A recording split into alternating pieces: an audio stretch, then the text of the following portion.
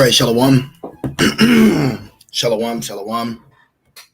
First and foremost, I want to give all praise, all honor, and all glory to Yahweh, Ba'ashem, Yahushai, Ba'ashem, Rakakwadash. I'd also like to give double honors to my elders and apostles at Great Millstone that do well. And I'd like to say peace and salutations to the Lord's elect, the hopeful elect in the 1/3. And Lord's with this lesson will be edifying and exhorting to the sincere sheep of Yahweh, Ba'ashem, Yahushai, Baha, Rakakwadash.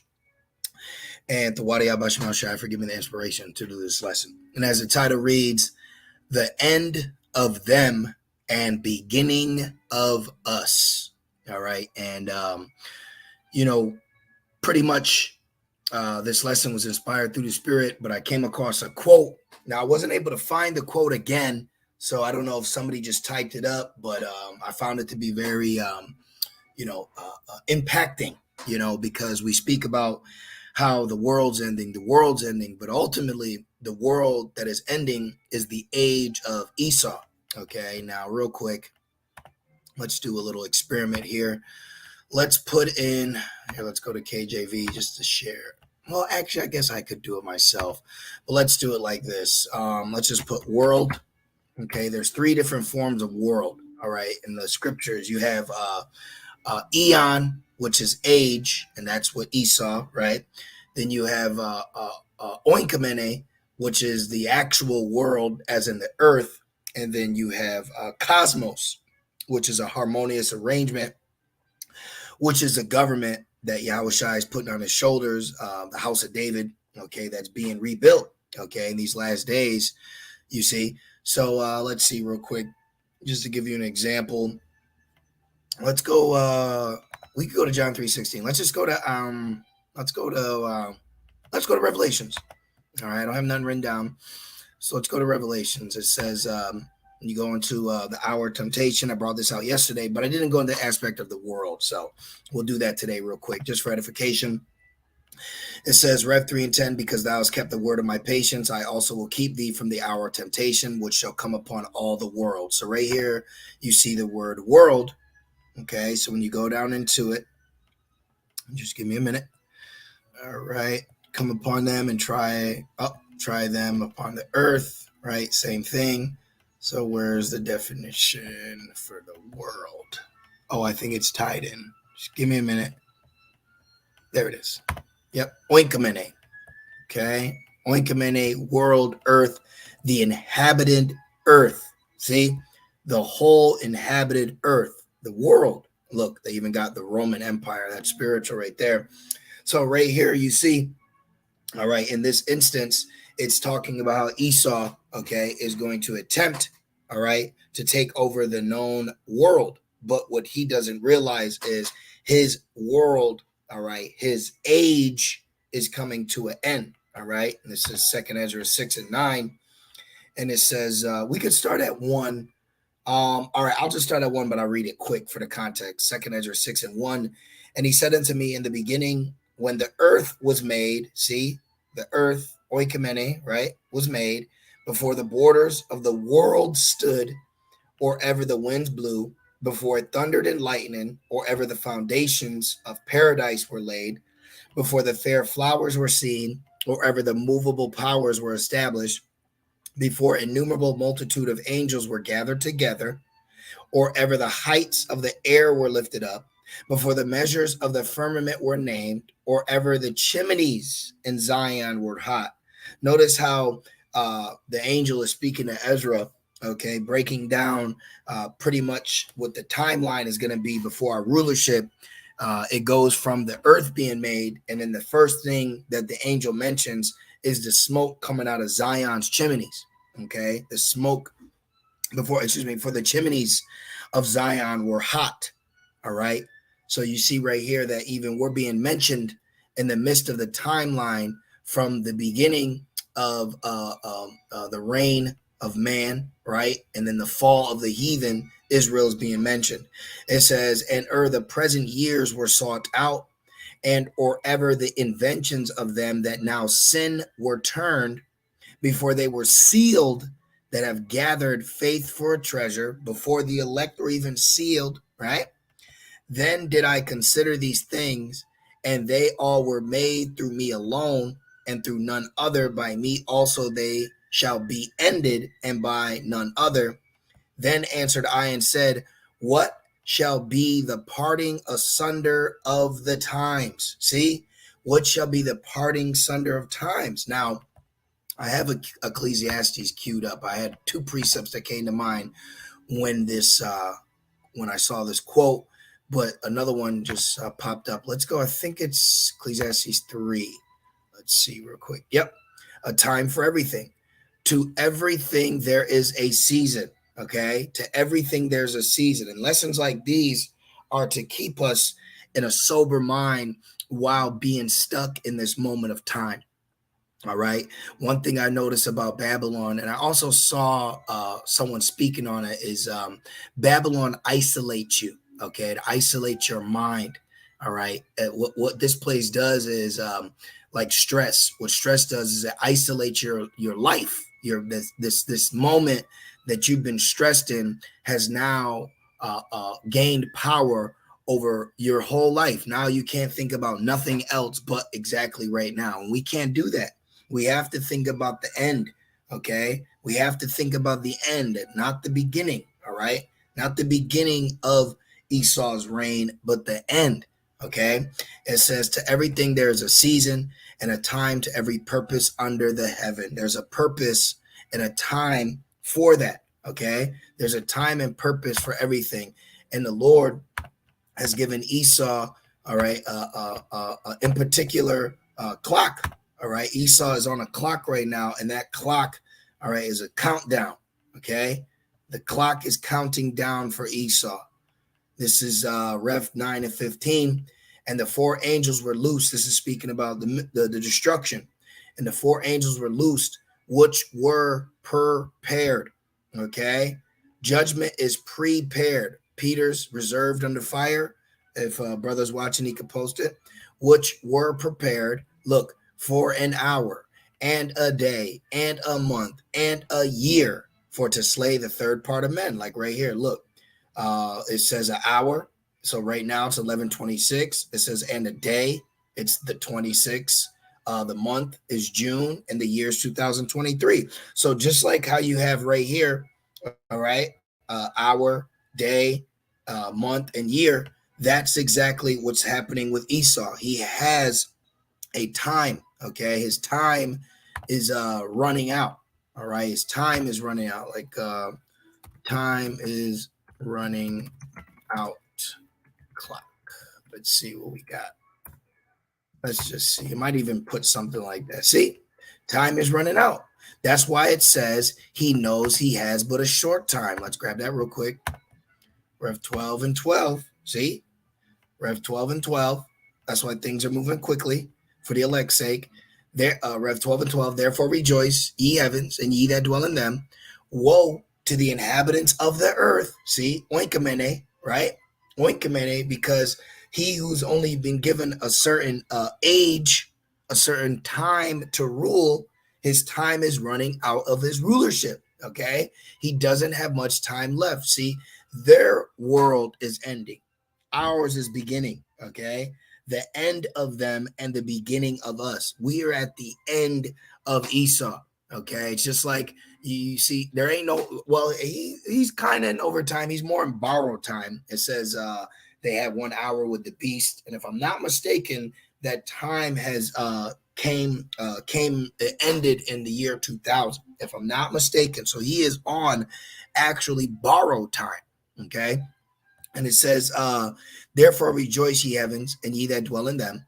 Woe to the inhabitants of the earth and of the sea, for the devil is come down unto you, having great wrath, because he knoweth that he has but a short time. So see right here, okay, it lets us know that Esau has a short time to rule, okay, a short time. All right. Now I'm just curious. I want to see what the commentary has for this. And I'm going to assume, I don't like to assume, but I'm going to assume that when it refers to the devil in this instant, they're going to say that they believe it's Shaitan, all right, which even Lucifer isn't the same as Satan or the devil, because Lucifer means light bearer. Yeah, see right here, turn the tide against Satan. No, the war in heaven, is going to be between the Lord, Michael the archangel, the host of heaven, and Esau. Okay, that's what that's speaking about. That's the war in heaven. All right. So let's go down. But that's that white Eurocentric Christianity for you. Okay, people are using the breakdowns that Esau has given them, and they're running with it. But this is why the Lord raised up, the truth. He raised up the men, all right, through the Holy Spirit to give you the truth. A joyful declaration in heaven. Let's see. Yep. Woe to you. Okay, so let's see right here. The accuser of our brethren, talking about Esau, overcame them. Yep, that's the verse above it. Let's just go down. I'm just curious. I'm curious to see what they have to say. They overcame him. Yep. He knows he has but a short time. Satan's power is real and terrifying, but the one thing is, who they know as Satan works for the Lord. Okay, Satan works for Yahweh Shemel Shai. Job tells you that. Satan's power is real and terrifying, which it is, but we ought to fear who can kill body and soul, as Yahweh Shai said. But not because he is triumphant, but because he knows he is beaten and has a short time left. He is like a wounded, cornered animal that fights ferociously. This is Esau. Esau is that wounded, cornered animal. And let me prove to you why Esau is that wounded, cornered animal, in so much that he had to have this deadly wound healed. All right. Speaking about what? The Roman Empire. Okay. This is Revelations 13 and 12. It says, we can start at 11. It says, and I beheld another beast coming up out of the earth, and he had two horns like a lamb, and he spake as a dragon. Now, two horns like a lamb. Well, what lamb has horns? A ram. Okay, a ram. But he's referring to himself as a doleful creature, right? But he actually speaks as a dragon. See, and he exercises all the power of the first beast, which is what? The Roman Empire. But remember, through history, the Roman Empire fell, but specifically the Western Roman Empire fell because the Eastern Roman Empire stayed in position. That's why it's called a pagan Roman Empire and a Holy Roman Empire. So the Holy Roman Empire, which was us, Jake's Israelites, which then transpired into what they call the Byzantine Empire, the medieval times. That was us, Knights Templar, right? That was us. But Esau fell, okay? And it says, before him, and causes the earth, see, the earth, the world, and causes the earth and them that dwell therein to worship the first beast, whose deadly wound was healed. See, whose deadly wound was healed. And that was the revival. That was the revival, renaissance of Esau coming back. But guess what? The deadly wound that he thought was healed, he doesn't know that ultimately it was a mortal wound. This is why the revival of Rome, which is Babylon the Great, it says that we would have healed her. So he resuscitated himself, but the mortal wound crept back in, okay? It crept back in. Jeremiah 51 and 9. We would have healed Babylon. See, that cornered animal that received that deadly wound, he resuscitated, right? It was resuscitated. And then what? They thought it was benign. That's what they say. You know, they thought it was, they got rid of it. But then months later, it came back.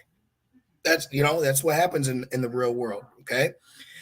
And it says, we would have healed Babylon, but she is not healed. Forsake her and let us go, everyone into his own country, for her judgment reaches unto heavens and is lifted up even to the sky. See? You see? The end of them and the beginning of us, all right? We are embarking on the beginning, okay? We are embarking on Genesis 2.0, if you will, meaning the beginning of existence all over again through the righteous man, all right, with the breath of life, okay? Because in the beginning, after the earth was created and the creatures and, and everything, right? Like we're reading in 2nd Ezra, what happened? The Lord breathed the breath of life into Adam, and Yahweh Shai is what? The quickening Adam, okay? See? So it's beautiful, all right? You could, Eve is referred to as Israel, so now Eve, being Adam's bride, i.e. now the elect, will not be beguiled by Eve because now by the serpent, because now the Lord has lifted up a righteous spirit on us, all right, symbolizing, okay, that righteous bride that Eve is supposed to be for who Adam, who is Yahweh Shai. So now that we can reign in what? Paradise, the Garden of Eden, the earth, okay? See, the earth, because what is it? What proves that heaven will be on earth? The Lord's Prayer. Let thy will be done as it is in heaven. Let it be done on earth. So that's what we're waiting on. We're waiting on the end of them, which we are witnessing, so that we can enjoy the beginning of us. That's the time we're in. You know, this place is done, man. You look around, this place is done. Okay. You can look around in your quote unquote respective cities, boroughs, towns, states, and look at the people. Look at the ruling class.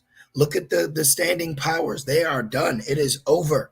It is over. It is the end. Okay. So it's the end of the world, right? But the end of Esau's world. All right. Look at this. It is the end of the world as we know it. And I feel fine. See? It is the end of the world as we know it, and I feel fine. Let's read a little bit into this. All right. It says, that's great. It starts with an earthquake. Uh-oh. Hold on. I don't even know if I want any of this. I'll hold it. I'm good with this point. Let's go to Matthew 24. Just getting what the Spirit's giving me. I pray it be edifying. Matthew 24, red letter. Look at this. Matthew 24:3. And as he sat, Yahushai, upon the Mount of Olives, the disciples came unto him privately, saying, tell us, when shall these things be, and what shall be the sign of thy coming and the end of the world? Now we went into the first word for world, which was oinkamene, which meant the entire world. Now let's see what this world is. There's more definitions for the word world. Look, eon. See, the Wadi Abashima Shai. Eon. See, look, a period of time. Okay, when shall be the end of Esau? Okay, when shall be the end? All right, so even they know perpetuity of time. Okay, a period of time, specifically Judah, messianic period, present or future, age course. Okay, age or course. Okay, we're gonna finish this. Right, we're gonna go and we'll probably end it on that. Well, let's go back. So what did they ask? Okay, we read in Rev 3 and 10, he shall try the world and the inhabitants of the earth sense. But then right here, the disciples are saying, what shall be the end of an age, not the end of the actual world. Okay, so it's the end of their world, not the world. It's the end of their world, not the world. Okay, that's another title we could use. It's the end of their world, not our world. Now jump down. What will be the signs? All right. It says, for many, verse 5. Let's start at 4. Yahushua answered and said unto them, take heed that no man deceive you. So we got to take heed. For many shall come in my name, saying, I am Hamashiach, and shall deceive many. You have a lot of Israelites that are deceived. You have the world that's deceived. And there's many different levels of this deception. Okay. It's so deep that not only is there stumbling blocks for you to get to the truth, but then there's stumbling blocks within this truth. See, the other camps, false prophets, agents, Satan. And ye shall hear of wars and rumors of wars. You see that going on right now with Gog and Crane, as I like to say. See that ye be not troubled. A lot of people got troubled. No, we said, hey, remember the mark. Remember the mark. What are you doing? You remember there's a mark coming, right? For all these things must come to pass, but the end's not yet. This is why we're still here, still working, clocking in, clocking out, paying bills, right? For nation shall rise against nation, and kingdom against kingdom. And there shall be famines and pestilences. We've seen this. And earthquakes in diverse places. All these are the beginning of sorrows. Let's go back. See, it's the end of the world, right? That's great. It starts with an earthquake. Well, Yahushua said there'd be earthquakes.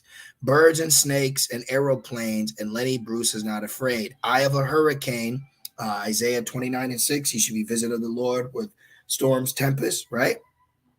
Listen to yourself churn. World, what does it say? World serves its own needs. Don't misserve your own needs. Speed it up a notch. Speed grunt, no strength. The ladder starts to clatter with a fear of height. Here we go. Here we go. And a government for hire. See, this is all happening, right?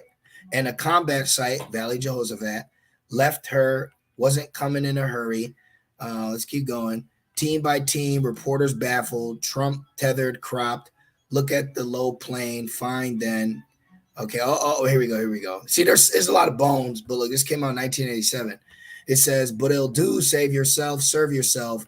World serves its own needs. Listen to your heart bleeds. Tell me with the rapture and the reverent and the right. Let me go. Here we go. It is the end of the world as we know it. It is the end of the world as we know it. It is the end of the world as we know it, and I feel fine. See, we feel fine, okay? We feel fine because it's the end of their world and the beginning of ours. It's the end of their world and the beginning of ours. This is why Esau is a wounded, cornered animal that fights ferociously. It says Satan might give up his fight against God. Satan's not fighting against God. Okay, Esau is fighting against the Most High. Even Jake fights against the Most High. And let me prove that real quick, just so we can get this out the way. This is Acts 5, and this is Acts 5, and just give me a minute. It's right in here. It just came to mind, but it says that he even fight against the Most High. Peter said we ought to obey the Most High rather than men. It goes into, I believe, if it's of men, it'll come to naught. Touching these men. Yes, let's see. It says, and he said, Acts 5 and 35, and he said unto them, ye men of Israel, take heed yourselves what ye intend to do as touching these men, speaking about the apostles, right? For before those days rose up Theudas, boasting himself to be somebody, to whom a number of men, about 400, joined themselves, who were slain, and all as many as obeyed him were scattered and brought to naught. Right here, verse 38. And now I say unto you, refrain from these men, and let them alone. For if this counsel or this work be of men, it will come to naught. But if it be of the Most High, ye cannot overthrow it, lest happily ye be found even to fight against the Most High. So what's that mean?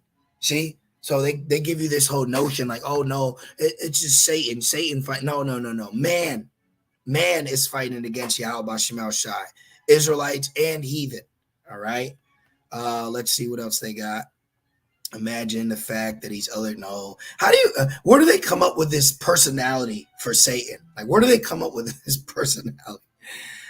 Satan may have deceived even himself into thinking that he has a chance. No, Satan deceived Esau, making him think that he had a chance. Is it Job or Ezekiel? I think it's Ezekiel. The deceived and deceiver are his. Job 12 and 16.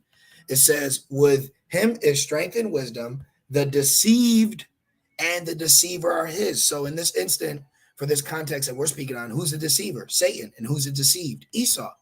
Esau's the deceived. Okay. It says our rebellion against the Most High makes even less sense than Satan's rebellion. Okay, that's all we needed. We don't need no more of that.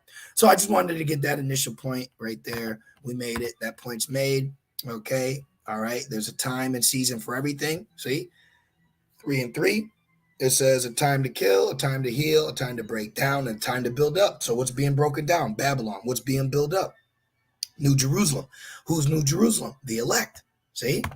This is Ecclesiastes 7 and 8. It says, better is the end of a thing than the beginning thereof, and the patient in spirit is better than the proud in spirit. So we just need to continue to be patient, because we already have the prophecy that Esau is the end of an age. So we are now witnessing the end of an age. This is why everyone is tripping out. This is why all these things, are taking place right now within these people.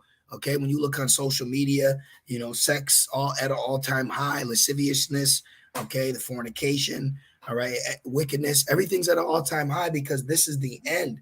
All right. And I remember I didn't look it up myself, but I do remember a brother speaking on it. Maybe might have been an elder, but pretty much when the empire's ending, it's like lewdness is at an all-time high. Let's put sexual, let me see, sexual immoral behavior at the end of a empire. Let's see. It says, is it true that in history, let's see what it says. Is it true that in history nations that indulge in sexual immorality would eventually collapse? Since every group of humans we know about has done weird sex stuff, every organized group of humans has eventually collapsed. Well, Western civilization hasn't yet, but we're young. Give us time. See that? And this was 3 years ago. Your statement is technically true, and it's biblical. It speaks about incontinency. In the same way that it is true to say every human whose lungs eventually die, sometimes two true things have nothing to do with each other, blah, blah, blah. All right. See? So the statements that we're making, it's worth the Google. Sexual immortality destroys nations. This is why you see it at all-time high. Everybody's just let it out. I'm sorry, I'm sorry to say it that way. Ecclesiastes 7:8, I'm about to wrap it up. Better is the end of a thing than the beginning thereof. Right. Better is the end of Babylon than the conception of it. And the patient in spirit is better than the proud in spirit. So, in closing, 2 Ezra 6 and 8, and he said unto me, from Abraham unto Isaac, when Jacob and Esau were born of him, Jacob's hand held first the heel of Esau, for Esau is the end of the world, the end of an age, and Jacob is the beginning of it that followeth. See? So the world is not ending. Their world is ending. All right. The world isn't ending. Their world is ending. Okay. Their world is ending, and ours is the beginning of it that follows. So continue to watch. Okay. Soak it in. Understand what you're involved in. All right. We're on our way to the kingdom, but it's as a long journey. See? So you're literally witnessing it, and don't blink because you might miss it. All right. Don't get focused on personal emotions and anguish. You got to rewire your mind through the spirit so you can embrace what's going on around you. All right. You got to be able to embrace what's going on around you. And what's going on around you is the end through prophecy. You see? So we have to learn to rejoice, just like Yahushua commanded us to rejoice when he had to leave. Now we got to rejoice because he's coming back. See? So I'm just going to leave it there. I pray that this was edifying. I pray it was exhorting to the sincere sheep of Yahweh Bashem Shai. And I just want to say, call halal, Yahweh Bashem Shai, Bashem Rakakwadash. And I'd also like to give double honors to my elders and apostles of Great Millstone that do well. Now, with that being said, Shalom.